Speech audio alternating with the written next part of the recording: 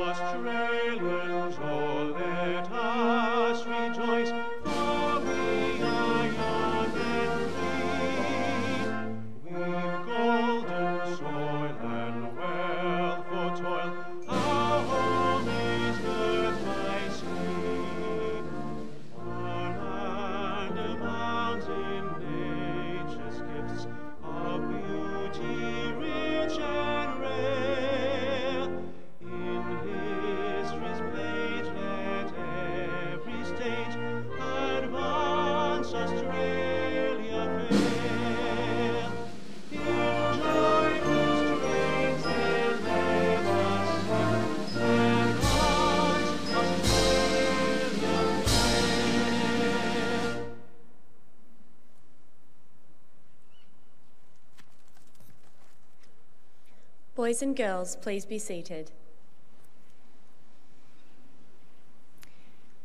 The Australian War Memorial was the vision of Charles Bean, Australia's first World War official historian.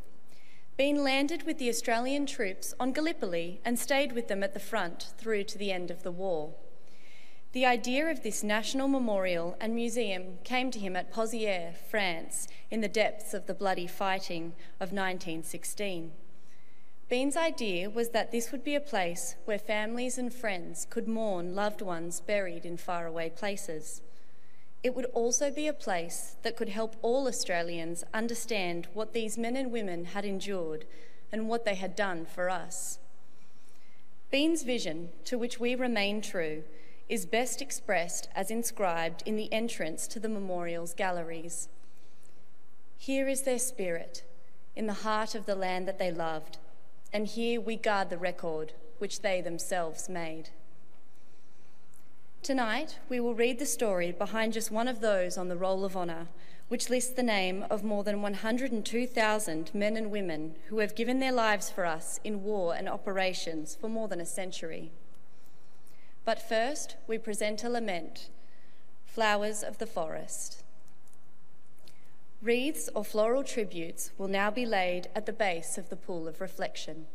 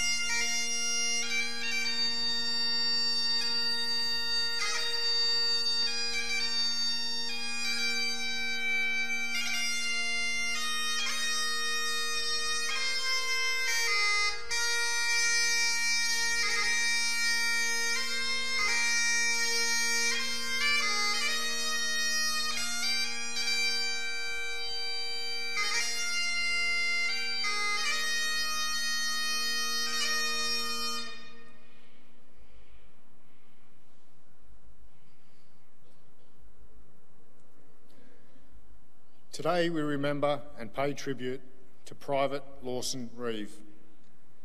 Lawson Harvard Reeve was born on the 23rd of March 1888 to Clement and Sarah Reeve of Franklin, Tasmania. His father had come to Australia as a baby and would show people a picture of the ship he came in with pride all his life. Lawson shared his name with an older brother who had died a toddler before Lawson was born. He grew up on the family orchard near Franklin and attended the local state school. The Reeve family was staunch Methodists, and Lawson's father was for many years a lay preacher in the church, conducting services in the Franklin district. Lawson Reeve attended Sunday school all his life, going on to become a teacher and an active member of the church. Reeve left his work as an orchardist in August 1915 to enlist in the Australian Imperial Force. He spent some time training in Australia before leaving for active service overseas on board the troop ship Orontes, with reinforcements to the 12th Battalion in November. Before he left, the people of Franklin held a social in his honour, during which a fellow Sunday school teacher gave a speech, reminding Reeve that he had received a good training both at home and in the church, and he hoped that he would stand for principle in camp and amongst those he associated with. Reeve first went to Egypt, where the AIF was undergoing a period of training and reorganisation. There he made friends with chaplain D.B. Blackwood, who later wrote that Reeve often came out with me in my little parties of decent lads while at the training camp near Cairo. You'll be thankful to know he kept straight and clean in the midst of the fierce battle against the awful temptations of Cairo. Shortly after arriving in France in March 1916, the 12th Battalion entered in the front line in a quieter part of the Western Front to gain valuable trench warfare experience. On the 23rd of June 1916, the battalion came under fire from German artillery and sustained 7 casualties. One of those killed was Private Lawson Reeve. By coincidence, Reeve's friend from Cairo, Chaplain Blackwood, visited his trench the day after Reeve was killed. He later wrote to Reeve's parents, "From what I learned from his mates, it seemed he was struck by a bomb and taken instantly without a moment's pain. You may be justly proud of a fine, manly son who laid down his life for his country and God's truth." Lawson Reeve was buried in a nearby cemetery under a wooden cross erected by his comrades. Today he lies in the Rue Petillon Military Cemetery in Fleur Bay. He was 28 years old. His name is listed on the Roll of Honour on my right, among more than 60,000 Australians who died while serving in the First World War.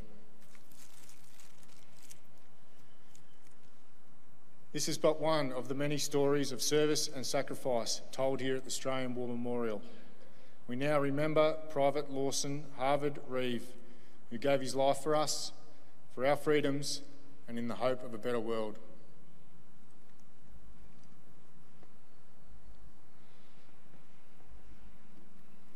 Please stand for the reading of the Ode and the sounding of the last post.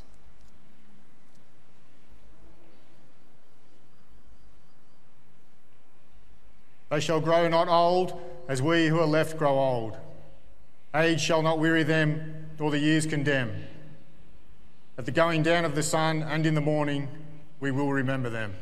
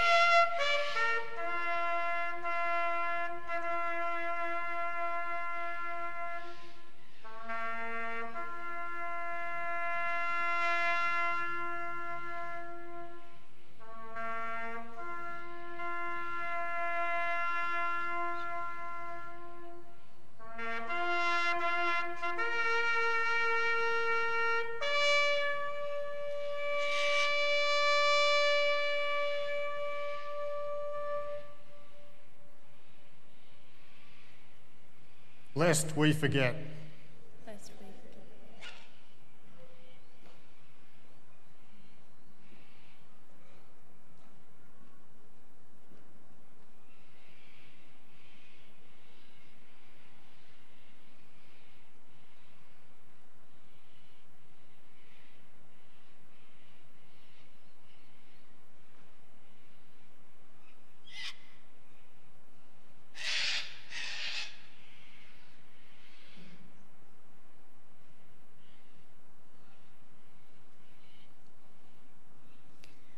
We leave you this evening with the words of the memorial's founder, Charles Bean.